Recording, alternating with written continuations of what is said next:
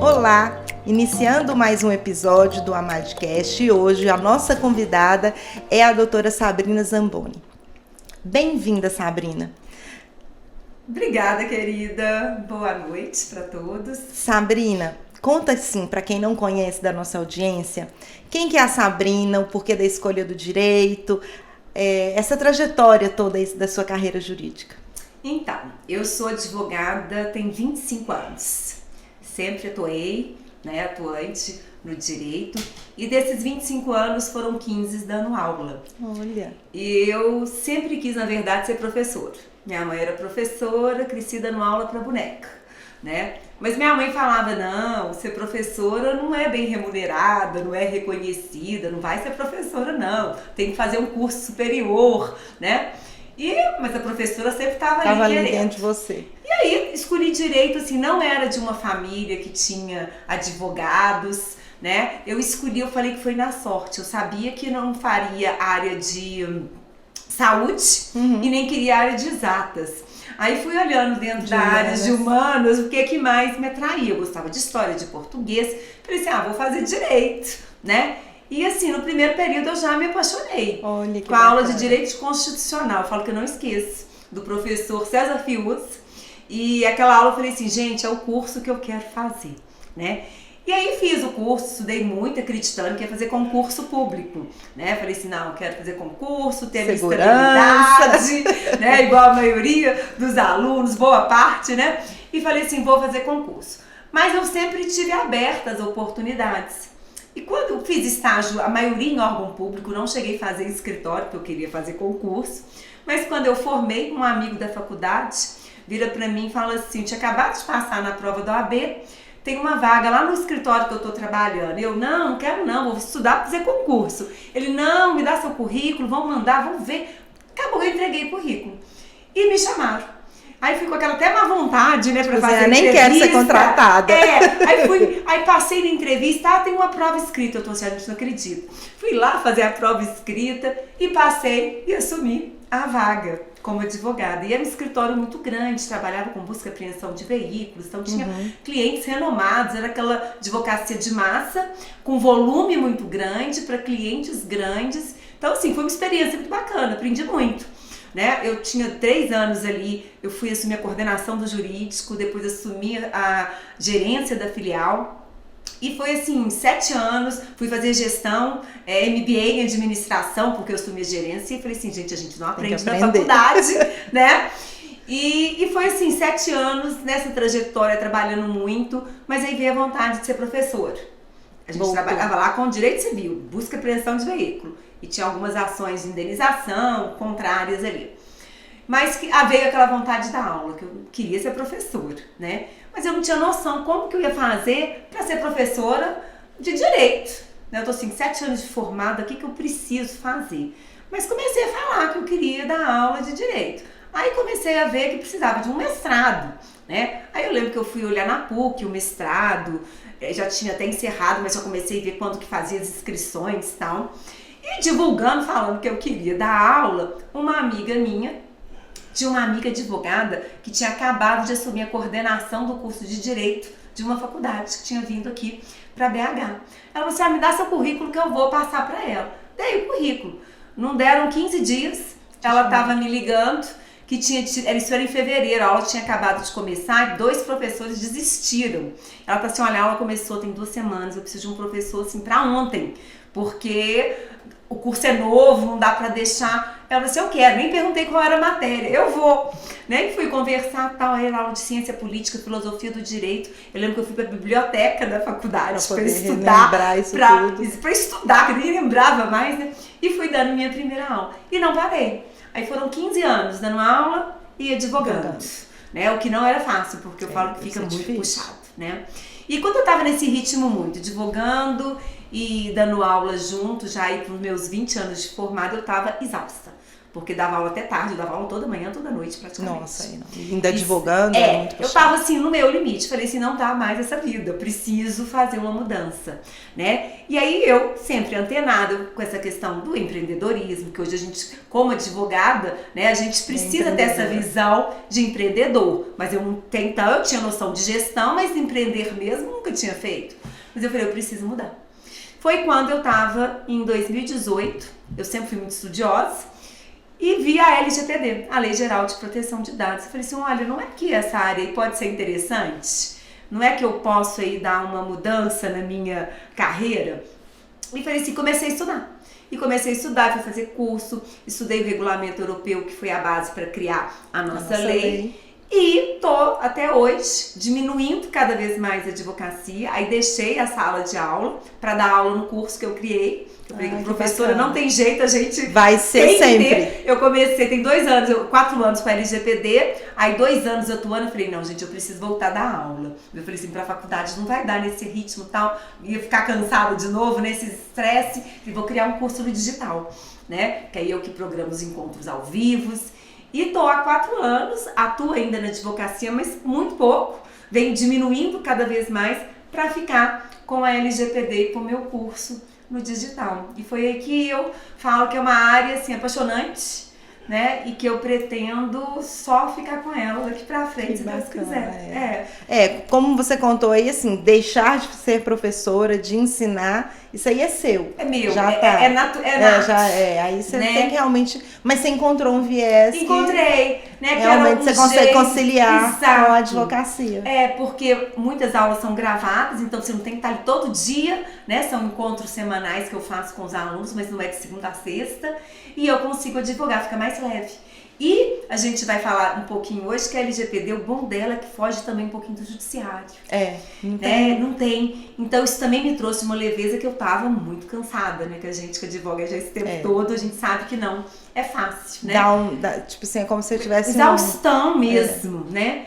E aí eu falo assim, que me deu aquela renovada, aquele ânimo do novo, de não depender do judiciário, de mudanças, né? De mudança, isso dá uma oxigenada, exatamente. E tô hoje feliz, aprendendo a ser empreendedora, que eu falo que a gente não aprende isso na faculdade. Não, de forma nenhuma, quem dera.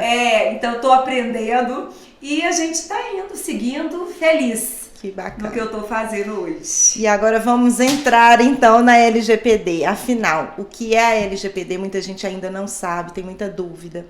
Porque como teve essa questão da lei, né, ter sido publicada e ela depois entrar em vigor e não entrou, e aí deu mais um tempo, acabou que eu mesmo fiz um curso. Logo, gente, eu tenho que aprender, pelo menos ter uma noção para saber como é que eu vou me portar. Lá no início, eu acho que foi em 2019 que eu fiz, ou final de 2019, acho que foi 2019 que eu fiz o curso. Aí depois eu mesmo relaxei. Não vai agora entrar em vigor, então tá bom, posso ficar tranquila. Né? Mas aí depois quando entrou, aí a gente dá uma sacudida novamente. Conta aí para toda a nossa audiência. Né, essa LGPD que a gente tá tão inserida que a gente acha que todo mundo conhece, e não é. Né? Eu vejo quando eu vou falar com o cliente, LGBT, eles não sabem, né? Eu dou muita palestra em faculdade, muitos alunos não conhecem, né, a LGPD, que é a Lei Geral de Proteção de Dados. Né? Ela foi publicada lá em 2018, mas ela não entrou em vigor. A sua vigência só entrou 2 anos depois, em 2020. E ainda assim com uma parte que era das sanções administrativas suspensa, que só veio entrar em vigor em 2021, né? E a partir de então que ela começou a ter validade em todo o território nacional. E ainda assim muita gente não conhece, não sabe para que é essa lei, por que ela foi criada, né? Eu falo que a base da criação da lei teve interesse econômico, político, o Brasil precisava se inserir num contexto internacional hoje que é voltado para a proteção de dados, né? E junto disso, a necessidade de proteção dos dados pessoais das pessoas físicas. né? Porque hoje o nosso dado pessoal vale muito. As informações a nosso respeito, ainda mais no meio digital, né? Vale muito. E eu falo que hoje é tanta informação que são coletadas nossa no meio digital, que um Google, um Facebook Nossa, tem mais informações nossas do que a gente mesmo.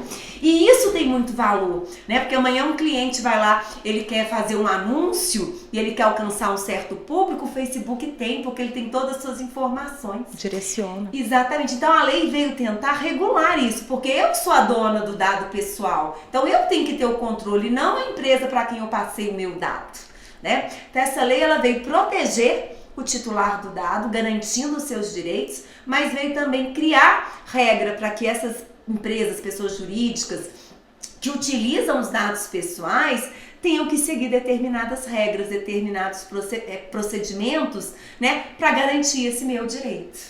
Perfeito. E assim, a LGPD, o que efetivamente ela vai resguardar?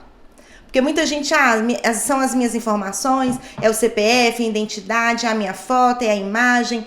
As pessoas ainda não sabem o que realmente está resguardado na lei. Então, ela resguarda os direitos dos titulares. Os direitos, quais são os direitos deles? De ter os seus dados pessoais resguardados pela empresa que vai utilizá-los, né? Mas o que são esses dados pessoais? Eu falo que é importante a gente entender. São todas informações que te identificam de imediato ou que possam vir te identificar de uma forma indireta. Então, quando eu falo meu nome, meu CPF, minha identidade, tá me identificando.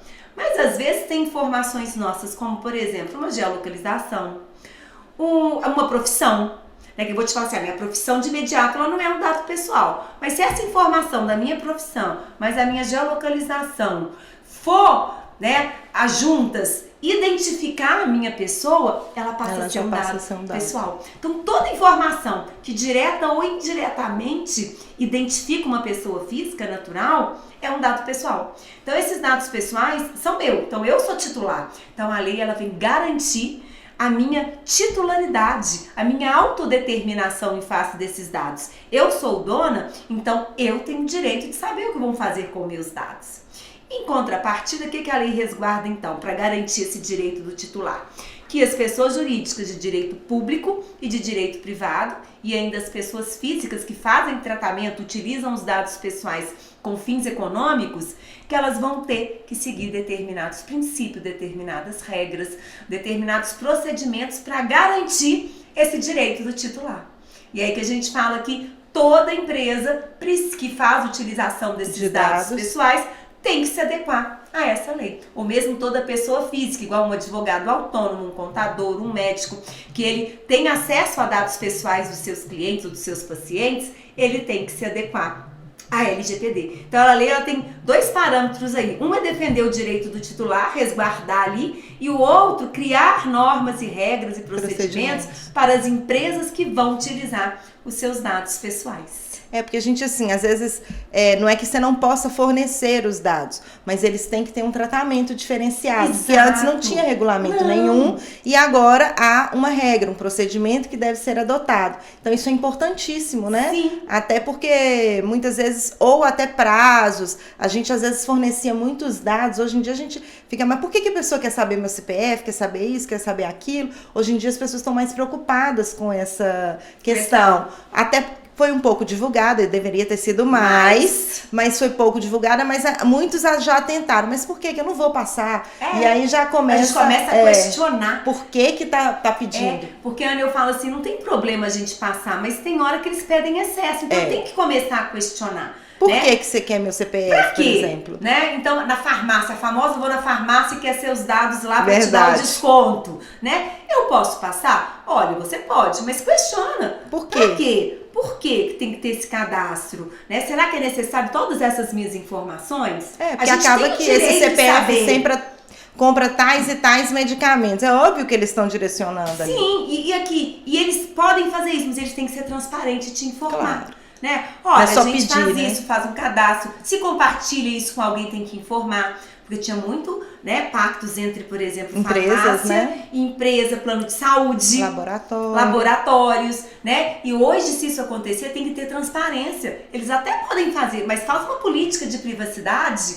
e informa, né? Então hoje a lei vem exigir, não, tem que ter uma política de privacidade para que o titular do dado encontre ali informação. Quais dados são coletados? Com quem que eles são compartilhados? Porque é direito do titular saber. E às vezes são dados mais privados. Você imagina um plano de saúde. Exatamente. Né? Que tem ali, às vezes, acesso. Você está fazendo tais e tais exames. É uma intimidade muito grande. É muito íntimo. Então acaba que, não sei, né? Antigamente a gente não tinha regramento nenhum. Então qualquer pessoa que entrava lá via, ó, essa pessoa fez esse. Ah, essa pessoa tá com tal coisa. Exatamente. Ou então tá com suspeita de tal coisa. Olha, e aí vem desagradável pra isso justamente, né? Porque fica. Aí você tinha um acesso, aí hoje em dia com as mídias sociais e tudo, o trem se espalha numa facilidade muito grande. A velocidade é muito. E esses dados, igual você falou assim, por exemplo, da saúde, eles são tão importantes que a lei determinou que são dados sensíveis. Os que dizem respeito à nossa religião, à nossa vida sexual, à política, se a gente é afiliado a um partido ou não, a nossa saúde, são dados que, se forem violados, ferem o íntimo muito grande do indivíduo. Então a lei até dá uma proteção maior, né, exigindo que a empresa trate esses dados com rigor maior. Né? E hoje, igual você falou, hoje a gente está começando a questionar, hoje as empresas já não podem mais fazer o que quer, porque, né, hoje existe uma regulamentação, né? Muitas empresas ainda não fizeram essa adequação, que eu falo que é uma mudança de cultura. Né? Aqui no Brasil a gente é lento e a gente tem o hábito de fornecer todos os dados. A gente às vezes em aplicativo vai informando tudo. É uma facilidade. Você já coloca. Mas, peraí, mas por que eu tô colocando todas as vezes, principalmente o de saúde, que eu acho que é um pouco mais delicado, assim. Aí todo mundo facilita, realmente facilita a sua vida. Mas será que tá tendo um tratamento ali? Porque a gente não sabe. Ela vai talvez vender aqueles dados ali, pode acontecer. E acontecia, direto. Né? Da venda, oferece esse produto que essa pessoa tem. Isso e isso. Olha, teve uma adequação que eu fiz numa empresa em que o plano de saúde fornecia a utilização das consultas, quais exames o funcionário fazia. E eles usavam isso de parâmetro até para mandar o funcionário embora. Não, aquela fulana ali tá fazendo muito exame médico, tá doente ou tá com isso e mandava embora. Olha que loucura. Né? Isso é muito sério. Né? Então, o que a lei veio falar assim? Não, o plano de saúde não pode compartilhar as informações pessoais da saúde ali daquele titular do empregado para a empresa. Isso tá errado. Né? Então, a lei veio o quê? Coibir esse abuso, né? Por quê? Porque eu sou titular do dado, eu não autorizei esse compartilhamento, essa distribuição. Ou um tratamento que você vai começar a submeter, ou quer fazer por uma razão. Da sua privacidade. Então a lei vem resguardar essa privacidade, esse sigilo dos dados pessoais, que então eram tratados de qualquer forma, eram vendidos e por aí, né, e hoje então a lei veio falar assim, não, peraí, vamos controlar isso que já saiu do controle, principalmente com o meio digital, né? E é até importante falar que essa lei, a gente fala muito em meio digital, mas ela também se aplica no meio físico. Né? Então aquela lojinha que tem ali, que não tem nada de tecnologia, não tem nada no digital. Ela também tiver os dados, tem que adequar. Exatamente, isso é importante. É importante ressaltar mesmo. E quem que fiscaliza? Quem é a entidade para monitorar tudo isso? Porque agora todo mundo ficou com medo. Vou implementar, tem que me adequar à LGPD, mas quem que vai fiscalizar? Sim, a Autoridade Nacional de Proteção de Dados, a famosa ANPD. Ela foi criada inicialmente como um órgão, tá, vinculado ao Poder Executivo.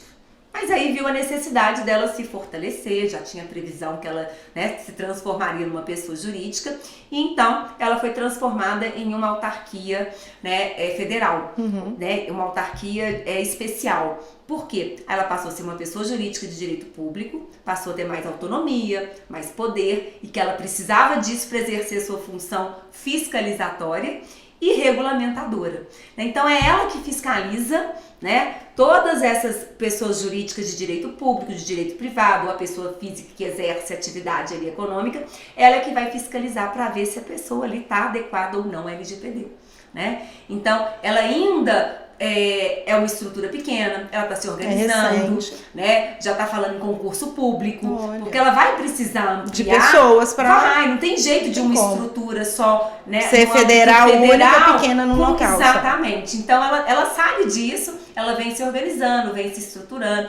Inclusive os profissionais que atuam na aula ficam cobrando, não, mas a NPD não aplicou multa ainda, até nós vamos falar disso que ela aplicou, ela não vem, mas é porque o processo é lento, né? A gente não tinha nada de proteção de dados. Aí surge um órgão fiscalizador que vai controlar, mas não é do dia para a noite que as coisas...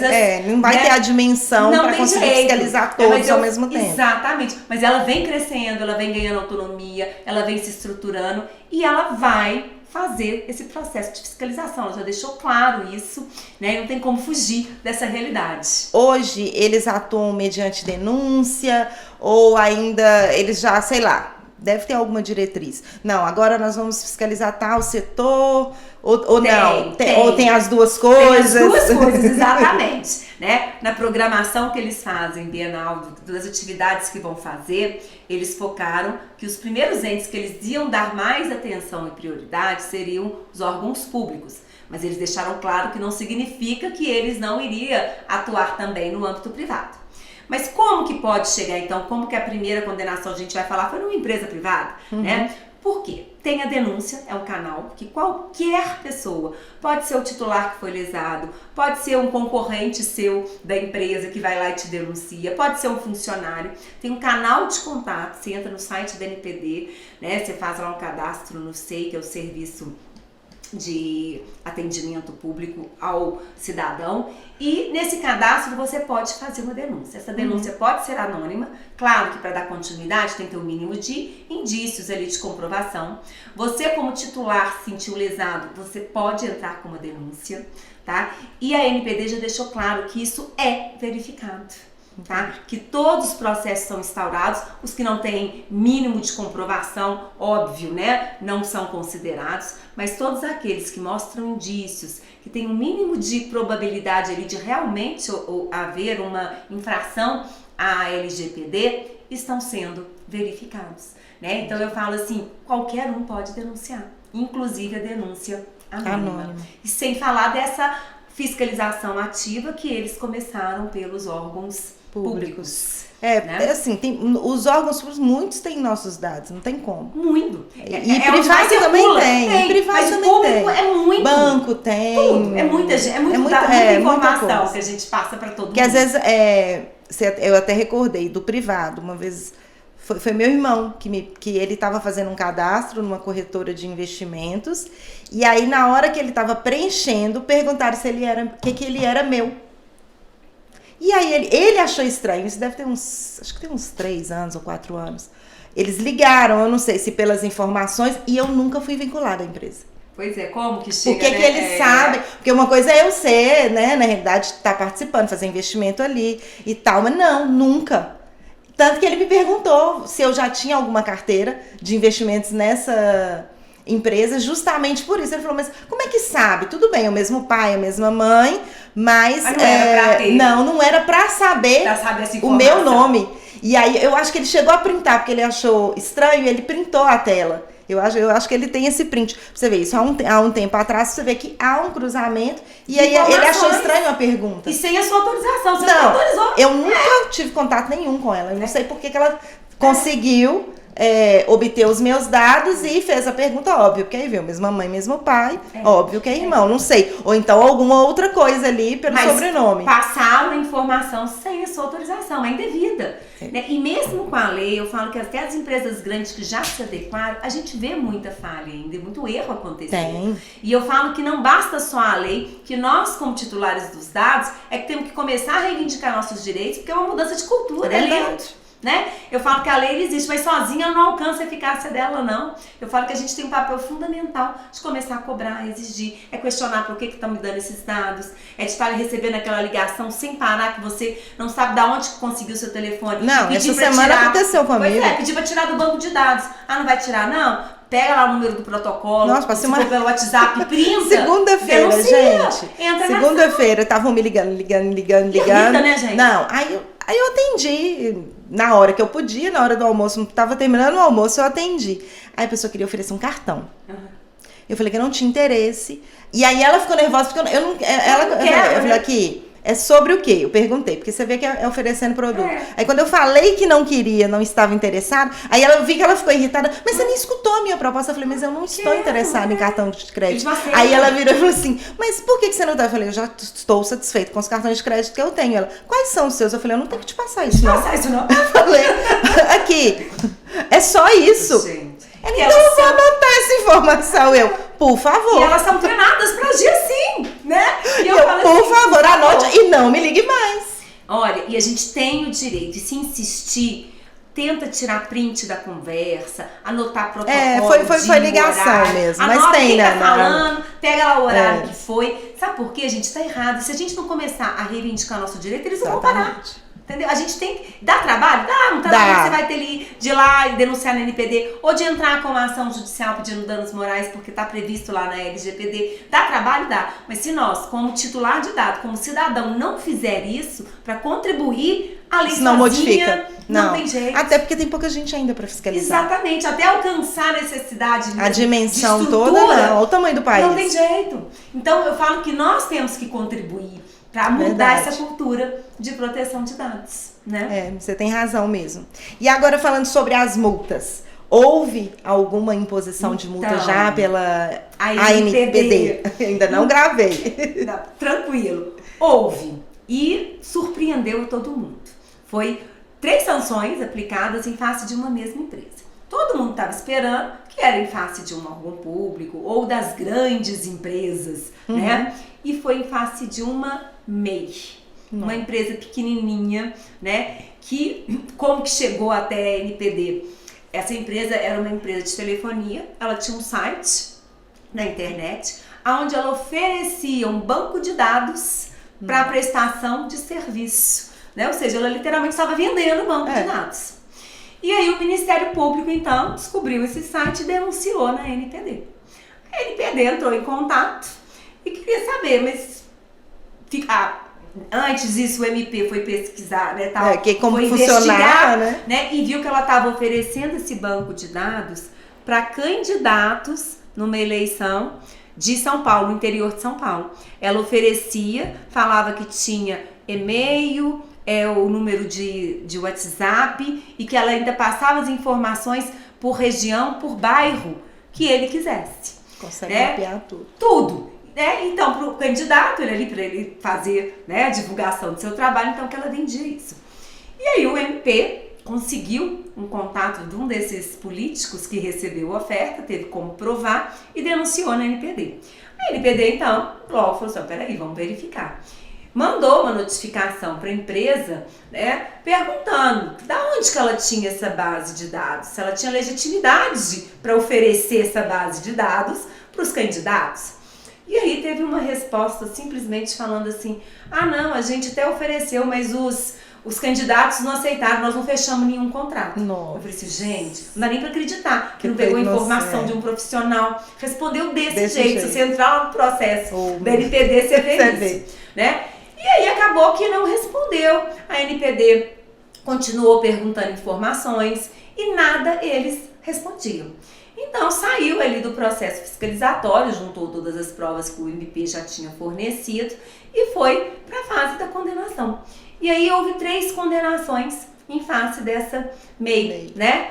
Primeira foi, eles não tinham nomeado o encarregado de dados, que toda empresa tem algumas exceções que a microempresa não precisa, mas quando trata um volume de dados muito grande, que era o banco de dados deles, era de milhares de pessoas.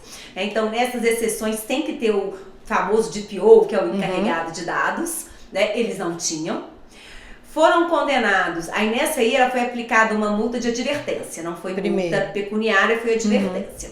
Foi aplicada uma multa porque eles tinham uma base de dados, mas não tinham uma base legal, ou seja, toda utilização de um dado que uma empresa utiliza, que ela tem ali com ela, tem que ter um fundamento legal, uma base legal para justificar aquela utilização. Se não tiver uma base legal, a empresa não pode ter aquele dado, né? Quando a gente vai fazer um projeto de adequação, a gente fala, olha, se não tem base legal, você não pode mais coletar esse dado, né? E eles não tinham base legal, né? A única informação que eles passaram, que eu fiquei até engraçado, mas podem ser dados públicos, conseguimos as informações públicas. Mas espera aí, gente, ainda que os dados sejam públicos, é que a lei prevê que eu posso disponibilizar os meus dados, o governo, né, no plano de transparência, eles divulgam, mas tem uma finalidade específica. Eu não posso pegar o seu WhatsApp, vamos supor que você disponibiliza no seu Instagram, que é um Instagram profissional, e te mandar uma propaganda para vender determinado produto. Ele é para você tratar de assuntos profissionais. Né? Então essa não cola, que os empresários essas manias. Não, mas o dado é público. Não, mesmo ele quando ele é público pela natureza, né? Ou quando a pessoa o tornou público, tem uma finalidade que tem que ser respeitada pela lei. Então, ou seja, a empresa não tinha nada. Então ela não tinha base legal, foi condenada. Aí foi condenada por uma multa de 7.300. Esse cálculo tem toda uma dosimetria, tem uma resolução, né, que pode chegar até 2% do faturamento da empresa. E era uma empresa pequenininha, chegaram lá no valor de R$7.300. Aí a outra condenação, que também foi nesse mesmo valor, foi que estava descumprindo uma das resoluções que regulamenta a lei, que é que a empresa, apesar de notificada prestar informações, não emprestou as informações necessárias. Então a NPD, a intenção não é multar, ela te dá a chance de responder, ela te dá a chance de argumentar, não fiz adequação, não sei o quê. Ela dá um prazo para adequar, por exemplo, te adverte e aí em tanto tempo você tem que se adequar, porque a lei já está dependendo do que então, dependendo do retorno que ela vai dando. Só que essa pequena empresa simplesmente veio com essas respostas assim absurdas, tentando falar assim, não, mas a gente não fez nada de errado, né? Porque uma coisa, se você foi notificar se está errado, olha, nós estamos sim, a gente já está num processo de adequação, a intenção é educativa da NPD, mas a empresa não tinha nada, aí ela foi e condenou, né? Em 2 multas de 7.300, foi 14.600 no total, ou 7.200, 14.400, esqueci, e mais essa advertência por não ter o TPO. Aí, a primeira visão que todo mundo teve, mas isso é muito pequeno. Ninguém vai se adequar, a microempresa não vai se adequar. Não, mas aí é o faturamento dessa empresa. E outra coisa, essa é só a pontinha, eu falo do iceberg. Por quê? Se ele não cumpre aí, ela foi advertida, né? Que ela não tem TPO, que ela não tem base legal. Ela tem que arrumar isso tudo. Claro. Se ela não arruma, a NPD pode aplicar penalidades mais severas. Por exemplo, excluir a base de dados. Aí ela não consegue trabalhar. Né? Então, a primeira punição é uma advertência ou uma multa, mas ela sendo reiterada, uma reincidência dela, você pode ter publicizada a informação de que você não infringiu, a suspensão da utilização de banco de dados e a eliminação do banco de dados. A empresa não funciona, né, se ela não tiver o banco de dados. Então, a multa em si é pequena. E agora mais eu falo, a imagem da empresa. Querendo ou não, né? Não passa mais confiança, você não quer... E às vezes demora ali anos para construir uma imagem. Eu falo muito isso nas prospecções de clientes. E aí você vai deixar isso, hoje em dia, com os meios sociais, rapidinho. Essa empresa, todo mundo, a empresa inclusive tirou o site do ar, disse que ia suspender as atividades. E às vezes, a gente está falando, a multa é pequena... Não é pequeno, porque a gente não sabe a realidade da empresa. Exatamente. É até 2% do faturamento. Pode ser muito alto isso. E nesses outros fatores também. Se você não cumpre ali o que você tem que cumprir, que você foi multado, vem outras multas. E a imagem da empresa, uma vez destruída, para recuperar, não tem valor, não tem preço. Né? Então eu falo que não é só a multa. E com isso, Ana, mudou toda a imagem do cenário da LGPD, porque ninguém esperava que uma MEI fosse alvo de uma condenação. Igual você falou, não tem uma mega estrutura ainda, né? Todo mundo vai imaginar, não, vamos pegar a mega empresa que tem dados de todo mundo. Aqui, quantos clientes, porque eu prospectei, como que eles vão chegar aqui, doutor? É muito pequena ainda, não vão mexer comigo. Mas eles esquecem que qualquer um pode denunciar. Do seu concorrente ao seu cliente, ao seu funcionário. E aí, se denunciou e tem fundamento a denúncia, ela vai vir e vai punir e vai aplicar a sanção. Então, isso começou a mexer. Depois disso, vários clientes que eu já tinha prospectado e disseram que não, começaram a procurar. Peraí, se um pequeno caiu num pequeno, pode me atingir. Então, eu também. Aí eles começam, mas como que a NPD chegou até eles? Pois foi numa denúncia. E seu funcionário, o seu cliente, o seu concorrente, todo mundo qualquer um pode te denunciar. Aí ele começa a falar, peraí. Se qualquer um, então eu tô mais fragilizado. E isso foi muito bom, porque a gente tinha uma resistência muito grande dos menores, né? Porque aqui, infelizmente, só se cumpre a lei se você, né? Se você não tiver uma punição, ninguém faz. E eles falavam assim, a NPD não vai chegar até mim. Não vai pegar.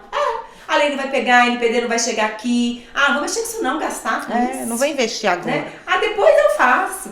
E aí a NPD veio mostrar que, olha, não importa o tamanho da sua empresa, não importa se tem fins lucrativos ou se não tem, todos terão que se adequar. Né? E isso foi muito legal, porque sem isso a gente não consegue construir essa mudança de as pessoas acomodam, não vou mudar. Né? E eu falo assim, e é uma mudança de cultura. O trabalho é lento, né? Tem que todo mundo, igual eu falei, nós como titulares temos que contribuir. E a NPD veio mostrar, olha, eu tô pequena, eu ainda não tenho uma estrutura suficiente para fiscalizar todo mundo, mas eu estou me organizando e eu estou punindo sim. E se você pequenininho tá achando que você não vai se alcançar, não vou chegar. Eu posso não chegar diretamente, mas e se alguém te denunciar? Verdade. Por isso a importância de todo mundo se adequar. Exatamente. E voltando assim agora para nossa área, a área imobiliária. Como que você conecta a proteção de dados com a nossa área? Assim, quais os passos iniciais que você sugere, enfim? Olha, fundamental. Por quê? Dentro do direito imobiliário, o número de dados pessoais de clientes é muito grande. Vamos imaginar uma imobiliária ou uma corretora. Olha quantos contratos tem ali, por exemplo, de locação. São dados pessoais do locador, do locatário, do fiador. Né? É uma quantidade de dados que circula e às vezes parte do serviço ele é terceirizado para uma contadoria, para o seguro fiança. Então, além da quantidade de dados que circula dentro, ainda são compartilhados com o terceiro. É uma estrutura ali que utiliza uma quantidade muito grande de dado pessoal e que precisa se adequar. Então, eu falo assim, nós advogados, quando atuamos nessa área, primeiro, a gente como advogado tem obrigação de informar para o nosso cliente que ele precisa se adequar, né, porque não tem como fugir.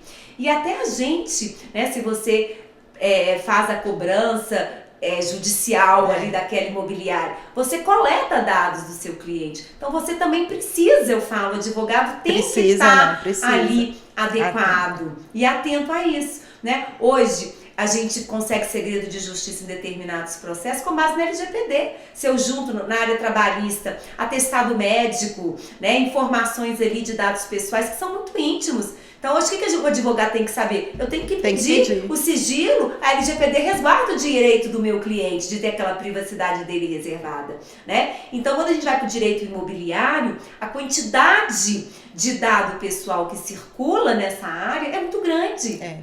Então, eu falo assim, o advogado ele tem que se atentar. Então, qual o primeiro passo que eu diria? Primeiro, conscientização.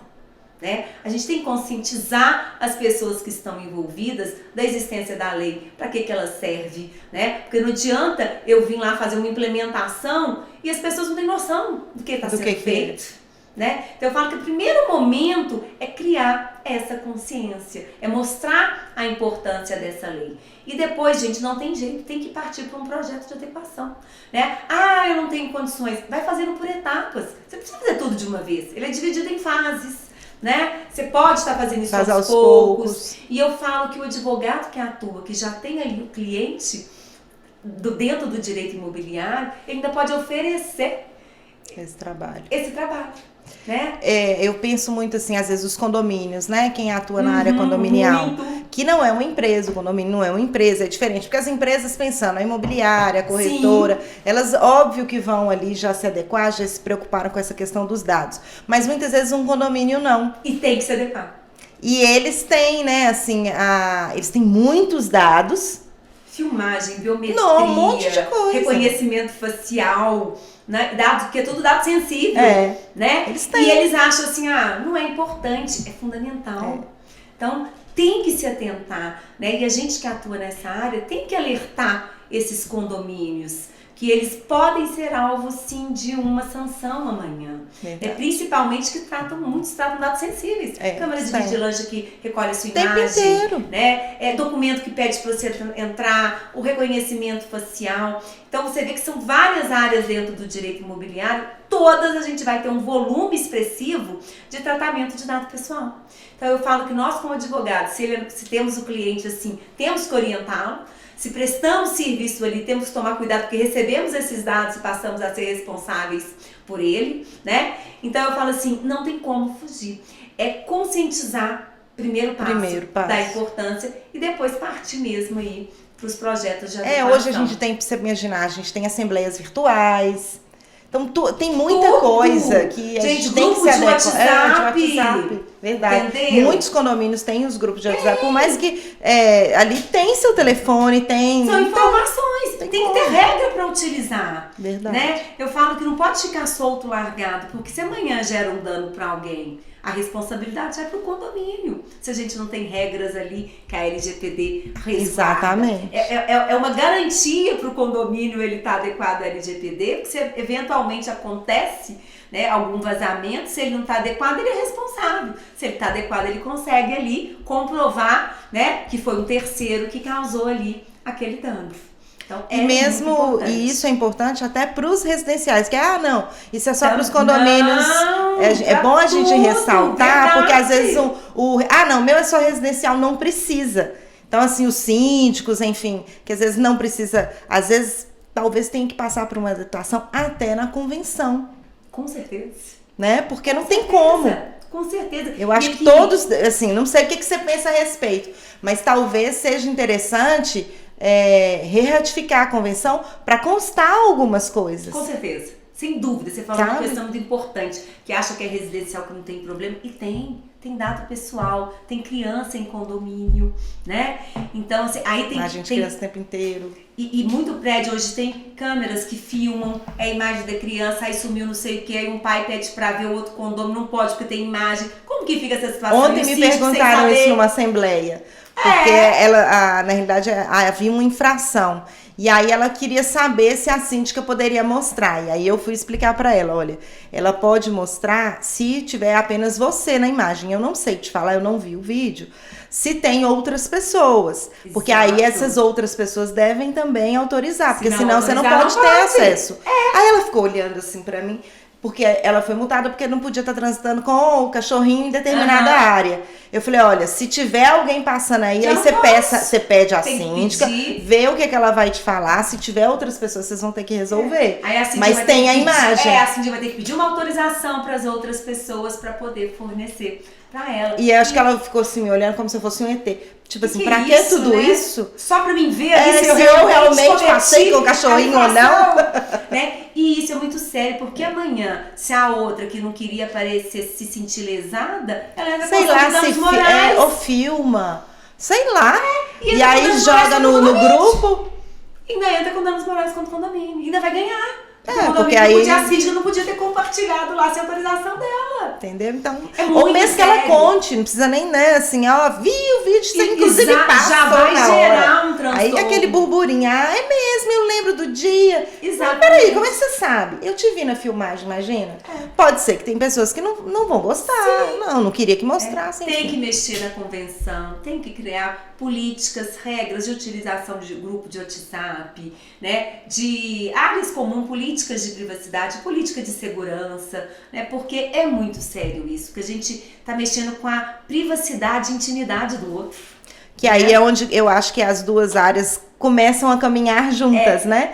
Que é o profissional, né? Que atua, já está mais à frente da LGPD, mas o que está atuando ali, né? No consultivo, na área ou imobiliária, ou condominial, enfim, mesmo nos contratos que são firmados, quando a gente pensa, às vezes, quando a gente faz incorporação de alguns que são obras por administração e tem investidores ali, às vezes, um grupo pequeno, ali tem dado de todo mundo. Então, você tem que já ter esse olhar. A minha área é imobiliária, eu não tenho que mexer com isso. Mas eu já tenho que ter uma cautela na hora que eu estou mexendo com esses dados, justamente porque pode ter alguma consequência futura. Ana, certíssimo. Se você está mexendo com dado pessoal de terceiro, você tem que ter esse cuidado.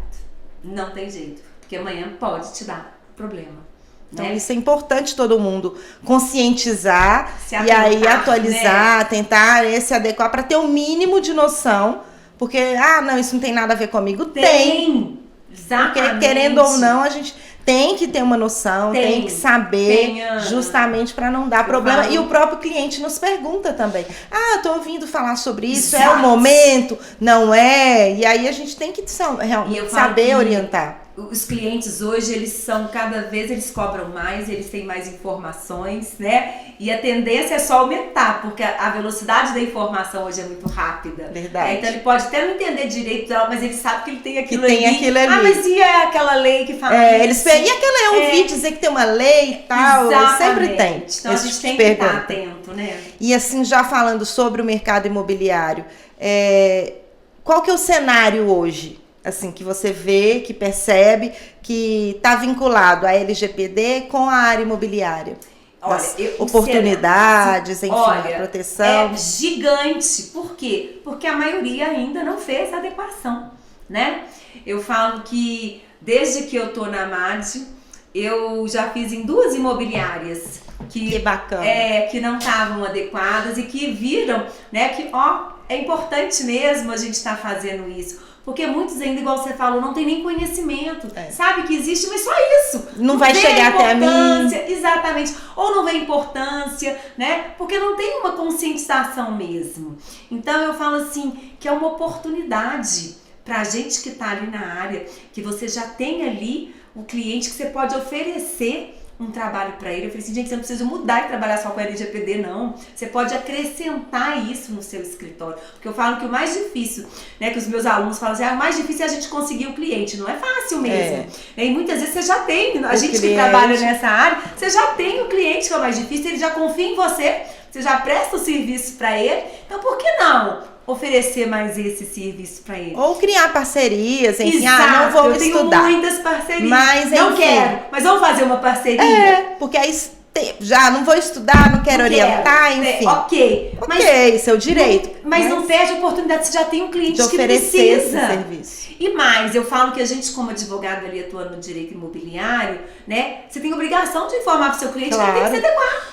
Mesmo que igual você falou assim, vou arrumar um parceiro para fazer comigo, não quero pra gente fazer junto, né? Mas você tem um cliente, então você tem que informar que ele precisa se adequar, né? E é uma oportunidade junto, né? Igual você falou assim, se eu não quero acrescentar essa área, eu vou buscar uma parceria, mas é mais um serviço que você pode. E aí você agrega ali, junto ao seu serviço, você vai oferecer, olha, eu tenho, né, uma parceira que trabalha, que entende profundamente sobre o assunto, porque às vezes, eu tô dedicando a essa área e ela cuida muito dessa área. Exatamente. E aí você consegue fazer aquele casamento ali perfeito pro trabalho. Eu tenho vários parceiros advogados que a gente é muito interessante. Né? E isso é hoje o empreendedorismo que a gente fala, que a gente tem que ter essa visão mais aberta do direito, que eu não tinha lá atrás.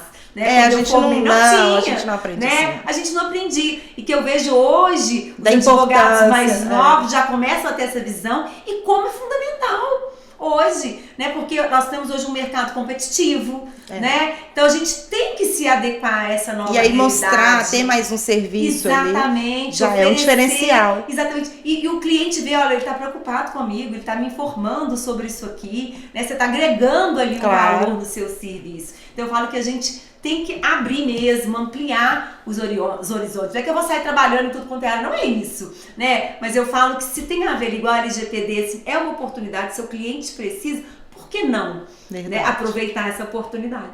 E você enxerga como uma área rentável? Você que já está atuando aí, já está mais à frente. Conta um pouco aí da experiência. Olha, igual eu te falei, eu tenho 25 anos de formada. Nos 4 últimos eu estou com a LGPD. E por que é uma área rentável? Primeiro porque a gente não dependendo do judiciário, que às vezes a gente depende do êxito da demanda para receber parte dos honorários, ou os honorários de sucumbência, ali eu vou cobrar pro PJ, que a gente sabe que a gente consegue cobrar valores até melhores, né? E eu vou dividir ali. Se meu trabalho eu vou fazer em 4 meses, eu vou cobrar e dividir em 4 meses. E acabou, pronto, tá ali. Você não tem que continuar acompanhando o processo, esperando o resultado final. Então, é um retorno mais rápido. Vai demorar 6 meses o projeto. Então, se eu vou cobrar 20 mil no projeto de adequação, eu vou dividir os 20 mil por 6 meses, vou entregar o meu trabalho e acabou. Né? E hoje eu falo assim, um projeto de adequação para uma empresa pequenininha, né? Eu, por exemplo, assim, uma imobiliária que é ali, né, ele mais de um bairro, com a carteira pequena. Isso, né? Você vai cobrar aí, no mínimo, 6 mil reais. Né? E aí, o que você pode fazer, que eu faço muito com o cliente, para ele, eu consigo fazer uma imobiliária dessa em 3 meses. Mas às vezes pro cliente fica apertado. Então, por exemplo, vamos fazer de 6 vezes, que ele vai me pagar 6 mil e eu estendo o serviço, né? Então fica bom pros dois lados. Então, assim, é rentável, sabe? Eu falo assim que vale a pena. E é bem menos cansativo do que o desgaste judicial, que foi o que me atraiu de primeiro, porque eu, esse tempo todo advogando, você sabe como é, né? A gente vai desgastando. É verdade, a gente já vai ficando mais cansada mesmo. Né? É, e aí, na hora que eu vi, gente, que eu podia... Que é uma oportunidade, é um mercado. Exatamente. Então, eu tenho os meus outros processos, mas eu falo assim que eu só venho aumentando cada vez mais, né, a LGPD, porque é mais leve, digamos assim, o trabalho da consultoria, o trabalho extrajudicial, ele é muito mais leve. Né? Tem nem como comparar. E é uma matéria interessante, né, é gostosa, é atual e que não tem volta. Né? Então eu falo assim, gente, é uma oportunidade financeira mesmo, a gente dá um up aí no nosso escritório, né? Ou quem está começando também ali no direito imobiliário, acrescenta isso junto, vale a pena, sabe? Eu falo assim que eu dei uma mudança mesmo na minha vida profissional. Que bacana. A LGPD. Acaba que se agrega muito, é uma outra forma, né, de atuação. Exatamente. E ainda deve ter, não tenho noção disso, mas eu acho que são poucos ainda advogados que atuam, que se especializaram, que foram mais à frente. Exato. Então é um mercado aí que dá ainda para isso que eu falei, olha, se firmar, principalmente os jovens. Eu já não sei que área, que nicho, se identificar. Uma autoridade, porque tem pouca referência, porque o assunto é muito novo. Né? Então aí você pode tem gente construir uma carreira, né? Exatamente. Não que você não possa fazer isso em outra área. Pode, mas onde é uma área nova, que tem poucos profissionais reconhecidos, querendo ou não, é muito mais fácil. Porque aí o foco tá voltado ali para poucas pessoas. Exatamente, eu falo isso com os meus alunos, gente, é o momento. Né? E às vezes eles estão lá formando, não sabem o que eu vou fazer, né? Qual área eu vou seguir. Eu falei assim, gente, pensa, é uma oportunidade boa. E eu falo que hoje você faz um projeto de adequação todo no meio digital. Eu tenho clientes que eu atendo em qualquer lugar do Brasil. Né? Então não precisa fisicamente estar. Não. Aqui em Belo Horizonte, quando o cliente é daquele que vai fazer o treinamento pessoal, eu até vou. Mas pode ser tudo online. Tudo no online. Então, hoje eu fechei meu escritório físico, eu trabalho home office, né? Então, assim, eu mudei mesmo toda a minha sua vida toda. Né? E falo assim, gente, como me fez bem. Né? Então, assim, eu falo que qualidade de vida, né? não tem ainda, né, condições de ter uma despesa física de um escritório, que é difícil a gente começar. Né? Então, eu falo assim, trabalha da sua casa. Né? Aí as pessoas, mas de casa, dá pra você se organizar e se profissionalizar, tá em casa. Não existe mais essa. Tendo disciplina, consegue. Exatamente. Disciplina, organização, eu falo, né? Cria o seu site lá, assim, sua web página lá, põe o seu serviço, faz tudo organizado, mas você pode trabalhar de qualquer lugar, sim. Né? Não necessariamente precisa estar numa estrutura física. Não precisa, porque na nossa época, não existia. De jeito nenhum. Não existia. Você não tinha a menor credibilidade se você falasse que quer trabalhar em home office, né? Não, você não quer trabalhar. Né? Mas hoje, depois a mentalidade mudou.